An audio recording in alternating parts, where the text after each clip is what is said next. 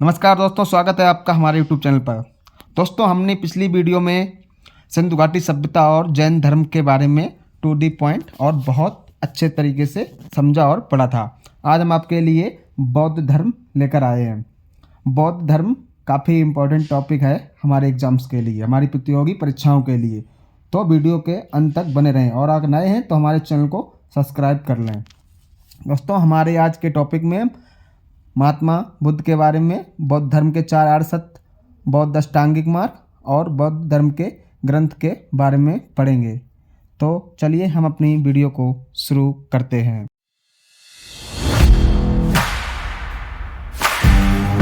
बौद्ध धर्म का जो विकास 600 ईसा पूर्व हुआ था। कब हुआ था? बौद्ध धर्म का विकास 600 ईसा पूर्व हुआ था और जो बौद्ध धर्म की स्थापना महात्मा बुद्ध ने की थी।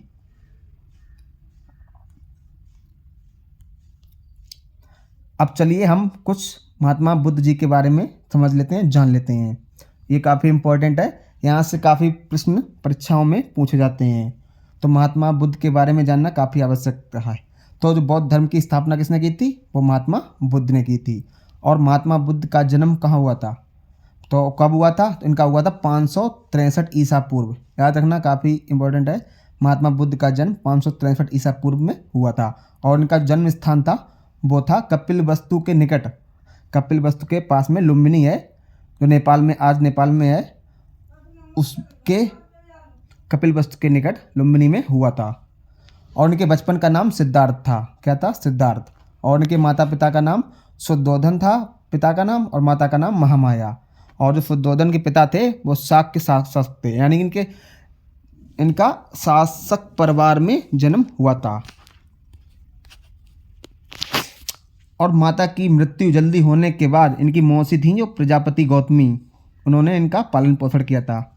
अगर एग्जाम में पूछा जाता है इनका पालन पोषण किसने किया था, उनकी जो मौसी थी उन्होंने इनका पालन पोषण किया था, जिनका नाम था प्रजापति गौतमी।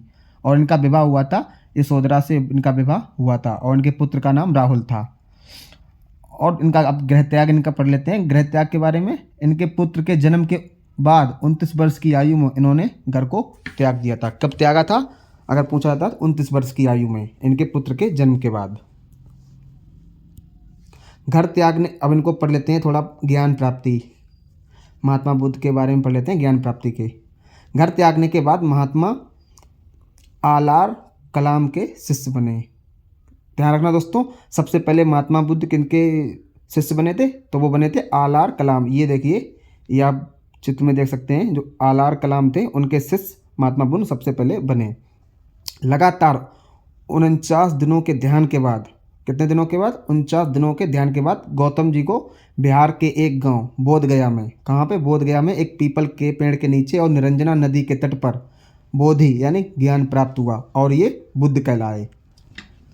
तो इनको ज्ञान किस पेड़ के नीचे हुआ था? बट पेड़ यानी पीपल के पेड़ के नीचे, और निरंजना नदी थी उसके तट पर।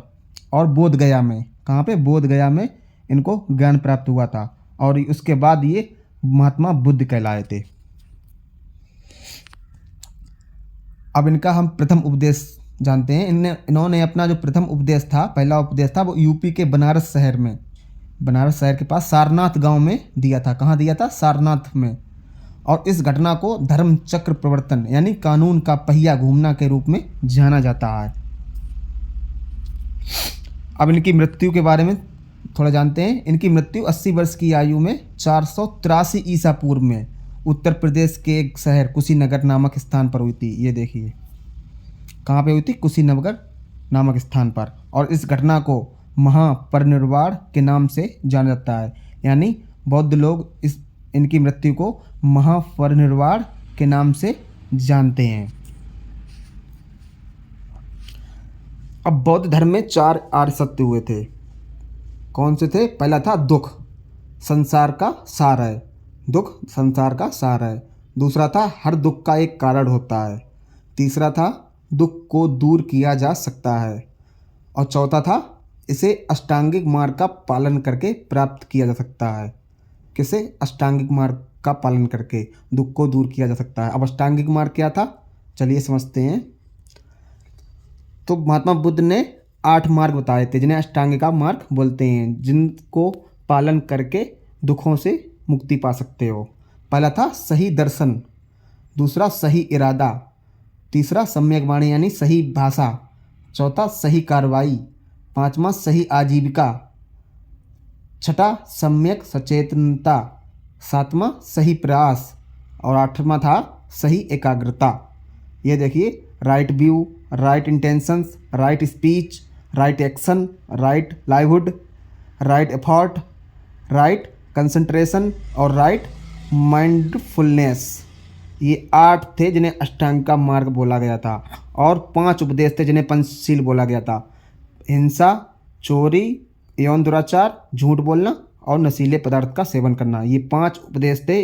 हिंसा न करना, चोरी न करना, यौन दुराचार न करना, झूठ न बोलना और नशीले पदार्थों का सेवन न करना, जिन्हें पंचशील के नाम से भी जाना जाता है। याद रखना, पंचशील। और जो बौद्ध धर्म के 3 रत्न हुए थे जिन्हें त्रिरत्न कहा जाता है, पहला था बुद्ध, दूसरा था धम्म, तीसरा था संघ। 3 थे, ये इन्हें त्रिरत्न बोला जाता है। अब बौद्ध धर्म के सिद्धांत के बारे में जानेंगे। पहला था, बौद्ध धर्म में ईश्वर को नहीं माना गया। तो बौद्ध धर्म के जो लोग थे, महात्मा बुद्ध थे या जो अनुयायी थे, वो बौद्ध धर्म में ईश्वर को नहीं मानते थे। नैतिकता पर बल दिया जाता था, नैतिकता पर बल दिया गया। बौद्ध धर्म में कर्म के सिद्धांत पर बल दिया गया, सत्य अहिंसा को प्रमुखता दी। उनके बौद्ध धर्म के अनुसार कर्म के सिद्धांत, जैसा करोगे वैसा भरोगे वाली उनकी नीति थी और सत्य अहिंसा को प्रमुखता थी। मोक्ष को अंतिम लक्ष्य माना गया, यानी कि जो मोक्ष थी, मोक्ष को पाना ही उनका अंतिम लक्ष्य माना गया। और वेदों की प्रामाणिकता को अस्वीकार कर दिया। बौद्ध धर्म के लोग वेदों के प्रामाणिकता को नहीं स्वीकार करते थे, वेद नहीं मानते थे वेदों को। बौद्ध धर्म की संगीतियाँ, बौद्ध धर्म में 4 संगीतियाँ हुई थी। 4 इनकी जो क्या बोलते हैं 4 बैठकें हुई थी। कौन कौन थी? पहली थी जो हुई थी 483 ईसा पूर्व, ये राजगृह में हुई थी और इसकी अध्यक्ष थे महाकश्यप। और किसके शासनकाल में हुई थी? अजातशत्रु। दूसरी जो संगीत हुई थी वो 383 ईसा पूर्व हुई थी वैशाली में, और किनकी अध्यक्षता में? सवाकामी की अध्यक्षता में। और किसके शासनकाल में? कालाशोक के।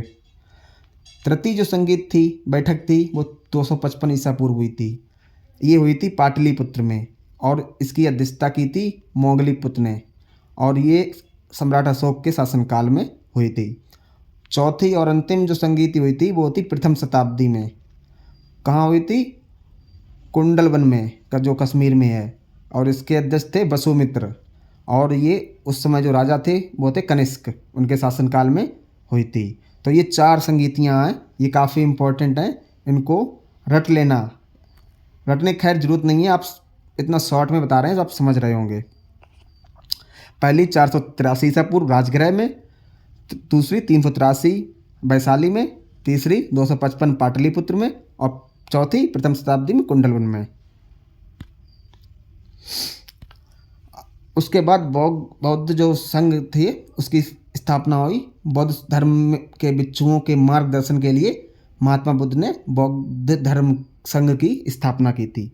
क्यों की थी बौद्ध संघ की स्थापना? जो बौद्ध धर्म के भिक्षु थे उनके मार्गदर्शन के लिए।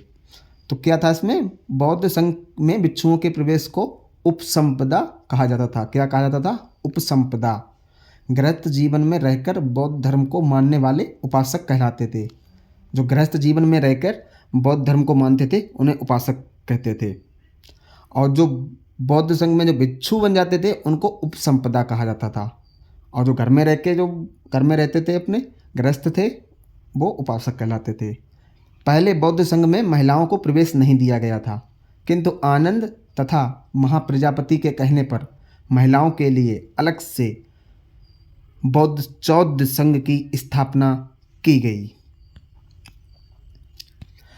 अब बौद्ध धर्म के जो ग्रंथ थे उनके बारे में थोड़ा समझ लेते हैं। अधिकांश बौद्ध जो ग्रंथ थे उनकी रचना पाली भाषा में हुई थी। ये आप देख सकते हो, ये पाली भाषा है, ये हमारे आपके समझ में नहीं आएगी। और इनमें जो त्रिपिटक था सबसे महत्वपूर्ण ग्रंथ था। कौन सा था? त्रिपिटक, जिसमें 3 पिटक थे। 3 पिटक थे।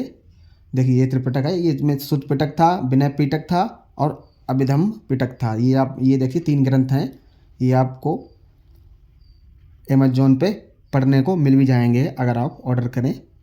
तो ये पहला था सुत पिटक, दूसरा था विनय पिटक, और ये था अभिधम पिटक। ये महत्वपूर्ण थे। ग्रंथ तो और भी थे, लेकिन ये जो 3 थे वो बहुत महत्वपूर्ण थे, जिन्हें त्रिपिटक बोला गया था। और बौद्ध धर्म में कुछ प्रतीक चिन्ह भी थे। जैसे जो कमल था वो जन्म का प्रतीक था। किसका था? जन्म का। और जो घोड़ा था वो ग्रह त्यागने का था। पीपल था वो ज्ञान प्राप्ति का था। और स्तूप था वो मृत्यु का प्रतीक चिन्ह था। ये बौद्ध धर्म के प्रतीक चिन्ह हैं। 4 प्रतीक चिन्ह हैं: जन्म, ग्रह त्याग, ज्ञान प्राप्ति और मृत्यु। यानी कमल, घोड़ा, पीपल और स्तूप, ये 4 बौद्ध धर्म के प्रतीक हैं। जब महात्मा बुद्ध की मृत्यु हो गई, महान निर्वाण हो गया उनका, उसके बाद बौद्ध धर्म जो था, बौद्ध संप्रदाय 2 संप्रदायों में, मुख्य कई संप्रदायों में बट गया था, लेकिन जो मुख्य 2 थे महात्मा बुद्ध की मृत्यु के पश्चात। तो जो इसमें जो 2 मुख्य थे वो थे, एक पहला था हीनयान। इसमें क्या था? महात्मा बुद्ध के दर्शन तथा सिद्धांतों में विश्वास करने वाला ये संप्रदाय था। ये जो संप्रदाय के लोग थे वो महात्मा बुद्ध के दर्शन और सिद्धांतों में विश्वास करते थे। और दूसरा था जो महायान। इस संप्रदाय के लोग बोधिसत्वों के सिद्धांतों को मानते थे। किसके मानते थे? बोधिसत्वों के सिद्धांत को मानते थे। तो याद रखना, जो दो सिद्धांत, जो 2 संप्रदाय थे, हीनयान और महायान, ज़्यादातर एग्जाम में यही पूछे जाते हैं। दोस्तों, हीनयान और महायान ये 2 मुख्य संप्रदाय महात्मा बुद्ध के मौत के बाद बने थे, हीनयान और महायान। अब हम थोड़ा समझ लेते हैं बौद्ध धर्म को मानने वाले शासकों के। तो जो बौद्ध धर्म को जो शासक जो थे बौद्ध धर्म को मानने वाले, उनमें थे हर्षवर्धन, कनिष्क, अशोक, बिंबिसार, उदयन, गोपाल। ये मुख्य रूप से जो मुख्य शासक थे वो बौद्ध धर्म को ये मानते थे। जिसमें ये देख रहे, हर्षवर्धन, कनिष्क, अशोक, बिंबिसार, ये सब बौद्ध धर्म को मानते थे।